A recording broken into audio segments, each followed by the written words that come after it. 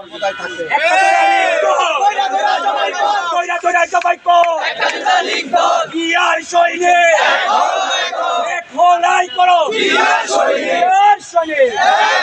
পরিশেষে একটা কথা বলি, আমি আমার বক্তব্য শেষ করব।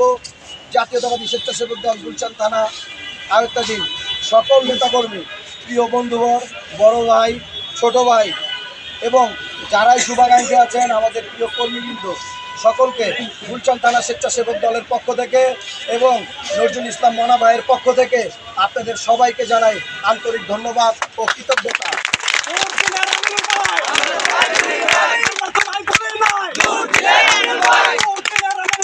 আমরা